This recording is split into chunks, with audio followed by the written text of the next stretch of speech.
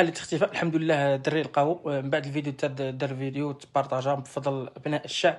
لان هذه الصفحه ديال ابناء الشعب يعني اي حاجه كنديروها الحمد لله كاين تفاعل، لا بالنسبه للناس اللي طاحوا وراقيهم ديال الخارج، لا بالنسبه للناس اللي مشاو بيرميات، الوراقي ديال لا موطو، الوراقي ديال الطوموبيلات، شحال من واحد هذوك اللي بارشوب اللي طار ليهم جرار، يعني اي حاجه كدار كنديرها في الصفحه الحمد لله ربي كيجيب التيسير، لان هذه الصفحه ديال ابناء الشعب.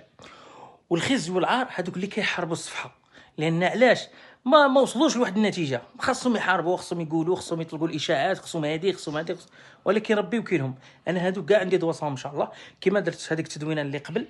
غادي اي واحد نعطيه الملف ديالو باش ما يضحكوش على ابناء الشعب، لان الناس دايه قطارات ودايه حوايج ومستافده من برامج ومستافده من شحال من حاجه، واللي مع عدم استخلاص الملك العام وعدم توفير المهم بزاف الامور غادي نحطها لكم في فيديو، غادي نشرح لكم مسائل كامله باش ما يضحكوش على ابناء الشعب وما يضحكوش على الجمعيات.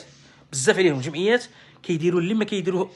المهم الجمعيات كيشتغلوا على ارض الواقع، نتحداك غير نعطيك جمعيه وسير اشتغل مع في هذه الحراره مع ابناء الشعب، سير اشتغل معهم غير في هذه الحراره، عرف غير كيفاش دير، غير كيفاش دير جمعيه، عرف غير كيفاش تساعد الناس، سير دير غير اعياد وطنيه، احتفل بالاعياد الوطنيه، سير دير غير شي حاجه في حياتك. ولا كتشوفوا بنادم غادي ديما خصنا نحاربوا، خصنا نديروا، ولكن الحمد لله ديما هذاك الانسان اللي كيكون غادي مزيان وكيغادي لقدام ديما كتلقاه مورا الاعداء، مورا هذه عرف براسك راك مزيان. الحمد لله بفضلكم نتوما وفضل ابناء الشعب وهذه الصفحه ديال ابناء الشعب، ومن بعد غادي ندير فيديو نوضح جميع الامور باش ما يضحكوش عليكم. والسلام عليكم